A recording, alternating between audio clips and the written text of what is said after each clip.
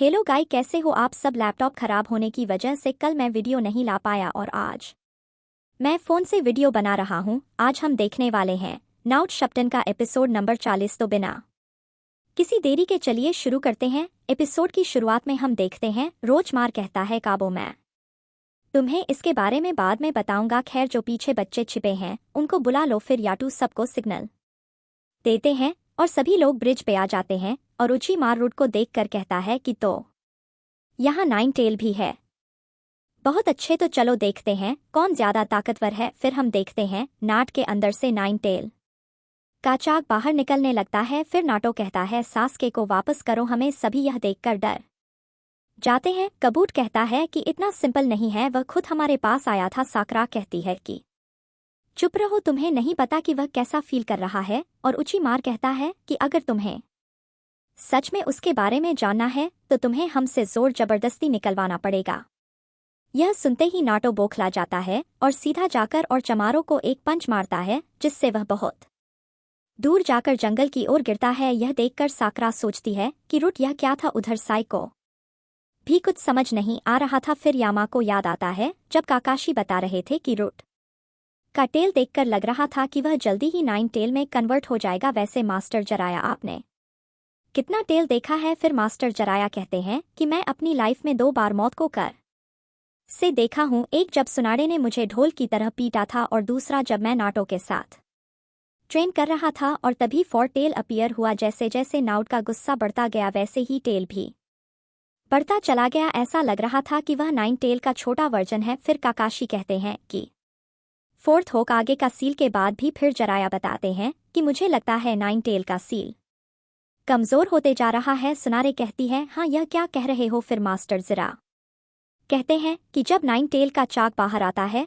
तो हमें लगता है कि वह नाटो को प्रोटेक्ट कर रहा है, पर ऐसा नहीं है। वह एक्चुअली उसे नुकसान पहुंचाता है। लेकिन जैसे ही नाउट होश में आता है तो नाइटेल उस डैमेज को ठीक कर देता है। लेकिन अगर ऐसा ही चलता रहा तो नाट का लाइफ बहुत कम हो जाएगा। फिर सुनाडे कहती है कि इसलिए हमने तुम्हें चुना है या मट, और तुम्हारे अंदर फर्स्ट होक आगे का सेल भी है। फिर मास्टर जराया कहते हैं कि तुम ही अकेले इंसान हो जो जिनजूरिक को कंट्रोल कर सकता है, और नाटो के पास फर्स्ट होक आगे का नेकलेस भी है। उधर ब्रिज पर नाटो धीरे धीरे होश खो रहा था। उसे देखकर काबू कहता है कि रुट तुम धीरे धीरे काफी ताकतवर होते जा रहे हो। फिर साकरा को लेडी चियो का बात याद आता है कि जिंजरकी के पास इतना पावर होता है कि कोई सोच भी नहीं सकता। खैर आगे देखते हैं।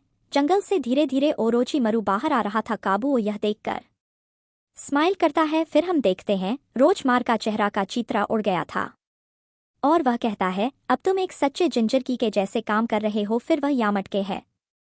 अच्छा, मुझे अब समझ आया। फिर रोजमार धीरे धीरे नाटो की ओर बढ़ने लगता है। फिर नाटो के सामने जाकर रुक जाता है। कहता है तो इसलिए यहाँ पर यामाटो है तुम्हारे देखभाल करने के लिए। चलो, एटलीस्ट मेरा एक्सपेरिमेंट काम तो आया। खैर लीव विलेज को मेरा आभार ही होना चाहिए है ना मेरे टेस्ट सब्जेक्ट। यह सुनकर साकरा भी चौंक जाती है और कहती है टेस्ट सब्जेक्ट। फिर काबो पूछता है कि टेस्ट सब्जेक्ट यह है कौन। फिर ओरोचमारो बताता है कि वो जब लीव विलेज में रहता था तब उसने फर्स्ट होका आगे का डीएनए को 16 टेस्ट सब्जेक्ट के साथ एक्सपेरिमेंट किया था, लेकिन उसमें से कोई भी सक्सेस नहीं हुआ था। फिर वो प्रोजेक्ट को बंद करने जा रहा था, तभी लीव विलेज के होकागे ने और उचीमारू को एक्सपेरिमेंट करते हुए पकड़ लिया और उसे वहां से भागना पड़ा। फिर रोजमारू कहता है कि मुझे नहीं लगा था कि कोई सरवाइव भी करेगा। फिर साकरा यामाओ को देखकर सोचती है कि अच्छा, तो अब समझ आया यामाओ वुड स्टाइल कैसे कर सकते हैं। फिर काबो कहता है कि काफी इंटरेस्टिंग स्टोरी है,